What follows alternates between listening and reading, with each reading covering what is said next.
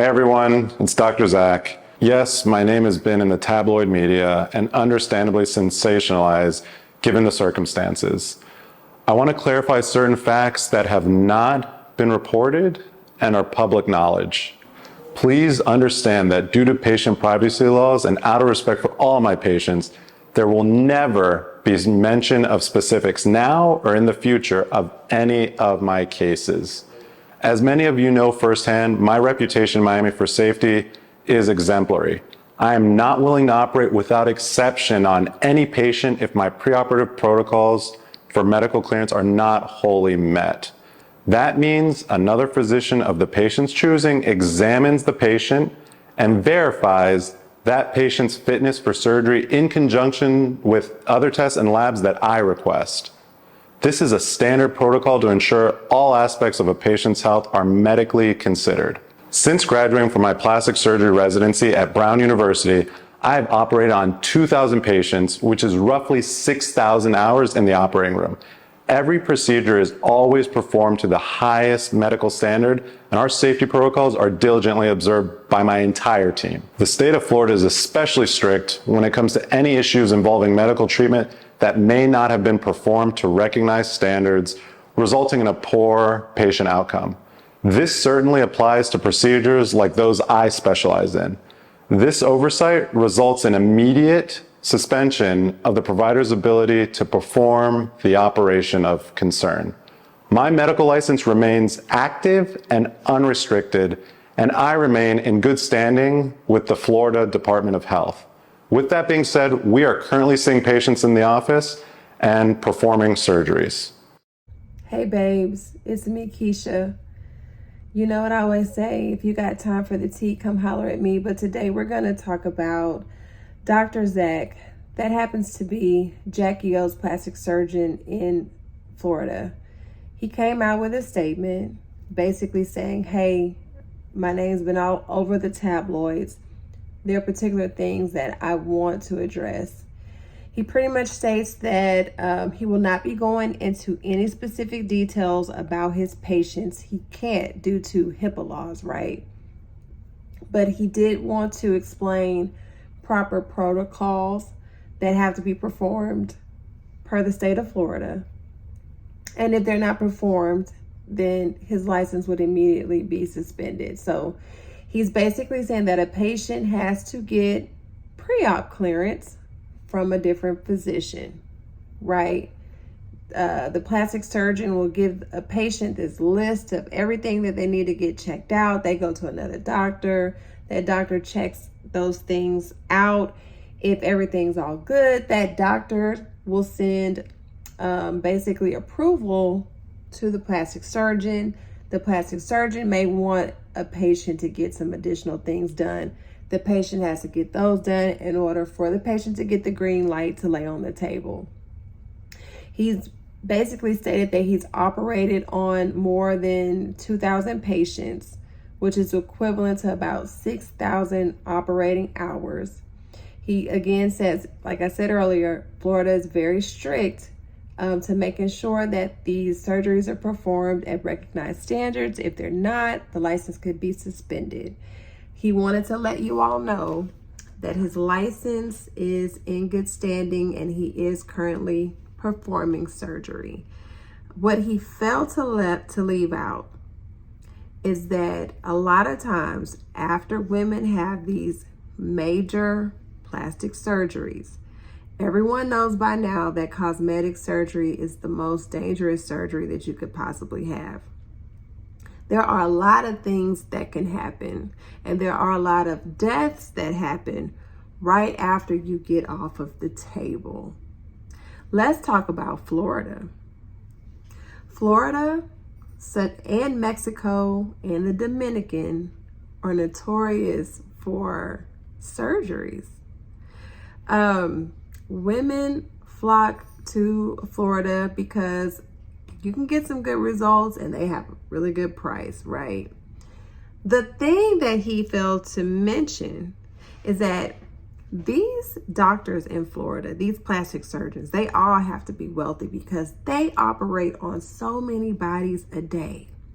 They operate on so many bodies a day to where when the patient is off of the table and they're back at their hotel, their home, or at some type of post-op care treatment place, it's very hard for them to get back in contact with the doctor if they need a follow-up or if something's wrong. They typically just have to go straight to the emergency room because they may never get a chance to talk to the doctor again unless they plan another surgery in the future and they're sitting in front of the doctor. When you do things like lipo, the BBL, the tummy tuck, you bleed so much. You bleed so much. You're bleeding like you've been in a horror film and you got attacked by Freddy Krueger throughout the whole movie.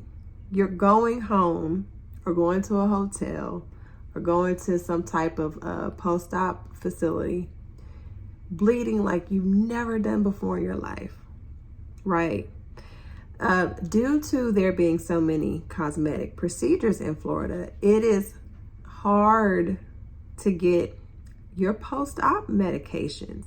They're going to give you pain meds, they're going to give you antibiotics, and they're also going to give you, I forgot what it's called, but it's to stop blood clots, post-surgery. I forgot what it's called. Y'all help me out in the comments if you know what I'm trying to say. It could be hours before you get that medication because it is so hard to get it because it's such a high demand for it due to all of the surgeries. So what he said is correct and it's accurate, but he did leave out the fact that it is really hard to get in contact with your surgeon, you know what I'm saying, and to get your medications. If you go to like a Miami or a Dominican Republic or Mexico, and I don't know if you all have read a couple of his reviews or some of his reviews, they aren't that great because it seems like his patients can't get in contact with him after surgery. So just imagine you're in a hotel, bleeding all over the place. You're feeling weak, you're feeling dizzy, you're feeling lightheaded. You're like, is this normal? Or maybe it's normal. So you know what? You're just going online and just trying to figure some stuff out, or going to a surgery group with a bunch of girls who had surgery who are not doctors and asking them, is this okay? I feel this way. Should I go to the ER? Because it's hard to get in contact with the doctor. I don't know what type of doctor he is. I don't know what type of work he does. I do know his reviews aren't great. And I do think women should take a little bit more time to do some research. Hey, I don't care. If I'm looking at a doctor and the reviews are terrible, guess what? I'm not going. But that's neither here nor there. I just feel like he left out, like, let's hear about this post-op process. How can we get in contact with you? How quickly can your patient get in contact with you? Is there a nurse? Like, honestly, these type of surgeries, the BBLs, the tummy tucks, people may say I'm wrong. I really think that patients need to stay in the hospital at least 2 days before they're released. And if that would happen, I believe a lot of these post-surgical deaths would not occur. Hey, pay the money. And they say, oh, well, just make sure you go to a good post-op. Let me tell you, in Florida, they got all these people popping up these businesses where they are offering post-op care after surgery. A lot of it, especially in Florida, is a bunch of scammers. They'll have women at the hospital waiting for hours. Mind you, I said when you get off the table, you like Freddy Krueger bloody, okay? You in excruciating pain. They'll have these girls waiting, just sitting there in a wheelchair for hours before they pick them up. They'll take them to the little house or whatever, wherever they're supposed to be doing this post-op treatment. Baby, they may be gone for hours. They ain't keeping the facilities clean. They ain't feeding these girls. The girls be complaining that they're in a lot of pain. They feel they're about to black out. They ain't calling 911. It's a terrible process to get surgery in Florida and expect for a stranger to take care of you. If you read these reviews, these post-op places are full of it. I'm talking about super neglect. And a lot of ladies are dying because of that neglect. I feel that you get a surgery like that, you need to stay at the hospital at least bare minimum 1 day. I'm going to say possibly 2. Because you can't expect someone who's not in the medical, even if someone is in the medical field, once you have a major surgery like that, you can't like take care of yourself. Come on, you in excruciating pain, you sore, you weak, you bleeding all over the place, you delusional, you in so much pain. Like, I don't like the fact that he left out what the main issue is. We all know Jacky Oh did not die on a table. But just because your patient gets off the table doesn't mean that that patient is no longer your responsibility. And I don't know what happened. I don't know what happened. Let me make that crystal clear. But I do know what the reviews say.